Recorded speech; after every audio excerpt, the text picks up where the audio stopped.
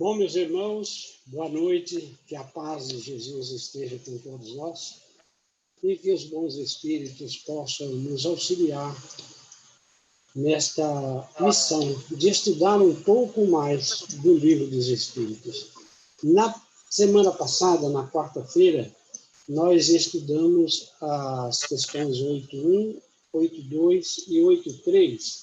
E a questão 8.3 questiona se os espíritos têm fim.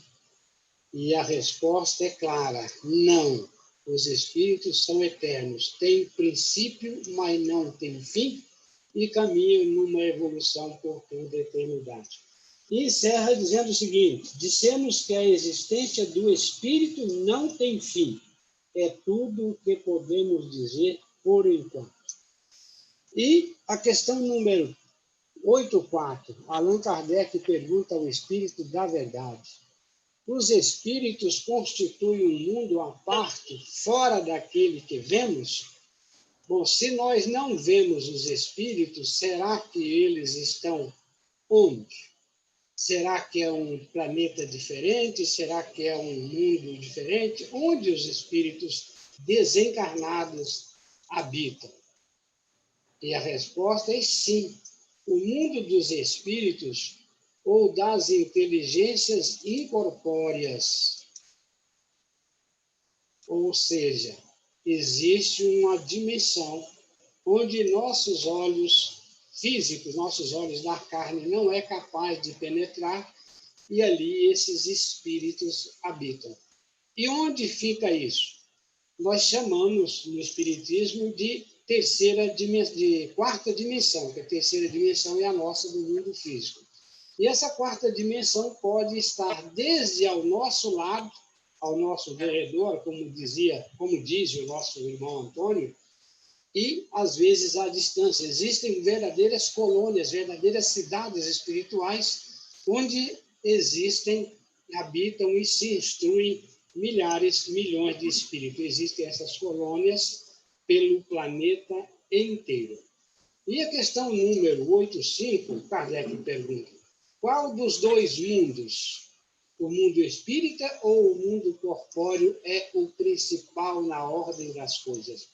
E aí nós perguntaríamos: será que o mundo espírita veio primeiro ou o mundo matéria veio primeiro? Um é semelhante ao outro? Aguarda alguma similaridade? Olha só que coisa interessante. Antes de existir o plano físico, o plano espiritual já existe, ou seja, o mundo espírita preexiste e sobrevive a tudo. E na questão 86, o mundo corporal poderia deixar de existir ou nunca ter existido sem que isso alterasse a existência do mundo espírita? Olha que interessante. Jesus, quando aqui esteve em carne e osso como nós, nascido de uma mãe como nós, na carne, ele já disse que existem várias moradas na casa de meu Pai. E as obras de Kardec, em especial o Livro dos Espíritos, traz a escala dos mundos e as escalas dos espíritos, ficando claro que tanto os espíritos quanto os mundos evoluem, né?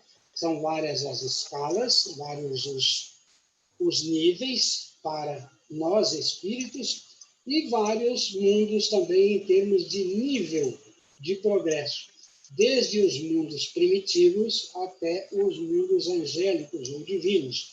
E para nós, desde o espírito primitivo, no início da era, onde passamos a dominar a razão e nos tornamos seres racionais, nos mundos primitivos, passando por expiações e provas, regeneração, e subindo na escala até os mundos perfeitos. Vamos ver como o Espírito da Verdade trouxe essa resposta?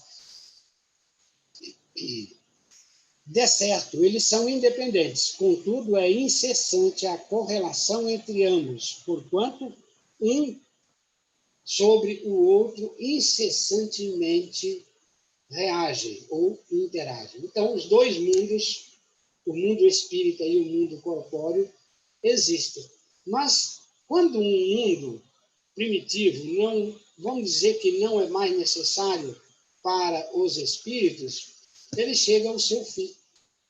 Mas os espíritos não, eles migram para uma nova morada. Cada espírito reside de acordo com o seu grau de evolução no mundo adequadamente construído para que ele habitasse, podendo ali aurir os conhecimentos, as experiências necessárias para o seu grau evolutivo, necessárias e capazes, suficientes para o seu grau evolutivo.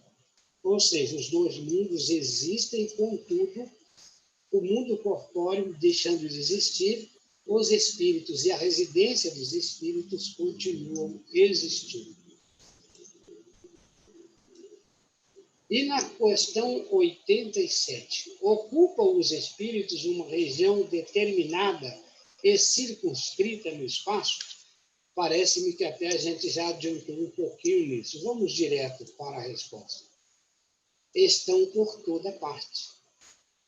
Povoam infinitamente os espaços infinitos. Tendes muitos deles de contínuo ao vosso lado, observando-vos e sobre vós atuando, sem o perceberdes, pois que os espíritos são uma das potências da natureza e os instrumentos de que Deus se serve para a execução de seus desígnios providenciais. Nem todos, porém, vão a toda parte, por isso que há regiões interditadas aos menos adiantados. Então, como eu disse anteriormente, os espíritos estão por toda parte, falando espíritos, aqueles que estão na erraticidade, ou fora da carne. Estão por toda parte, inclusive ao nosso lado, havendo uma interação frequente entre encarnados e desencarnados. Tem uma questão no Livro dos Espíritos que pergunta, Kardec pergunta ao Espírito da Verdade, sobre a possibilidade dos espíritos interagirem conosco.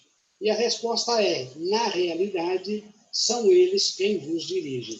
E aí eu perguntaria, como nós sofremos, ou por que sofremos a reação e interação deles conosco? Primeiro, é necessário ao nosso progresso, ao nosso aprendizado. Segundo, tem a ver com os nossos méritos, a necessidade das experiências desse interrelacionamento. E, em especial, a nossa faixa de frequência mental.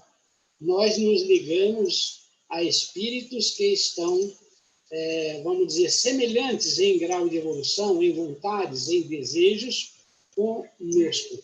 Então, à medida que nós aprendemos, à medida que nós evoluímos, à medida que nós conhecemos e colocamos em prática os ensinamentos do Cristo, nós vibramos numa frequência mais alta, possibilitando a abertura de uma janela de comunicação com espíritos superiores. E esses estarão a nos instruir e intuir e inspirar. Se nós ficarmos numa frequência inferior, frequência de orgulho, de vaidade, de egoísmo, de ganância, de usura e outros, nós abriremos então a janela de vibração baixa, de vibração negativa, e daremos a possibilidade da aproximação de espíritos que assim pensam, assim agem e interagirão conosco, porque a eles também não interessaria o nosso progresso. Então, encerrando esse nosso estudo de hoje, nós dizemos o seguinte: vamos procurar, vamos buscar e aprender a palavra do Cristo. Não só aprender, vamos, ao máximo possível, praticar. Assim estaremos alcançando um degrau a mais na evolução, no progresso, e estaremos possibilitando a companhia de irmãos superiores que poderão e certamente nos trarão, pela bondade e pela vontade de Deus, ensinamentos melhores que em muito nos auxiliarão em nosso progresso. E assim, nós encerramos a nossa participação de hoje, E o Jônio, então, agradecendo ao Jônio e a todos, informando que pode ser retirado o host e repassado ao palestrante da noite, que seja muito bem-vindo, que Deus o abençoe e inspire. Boa noite e até a próxima.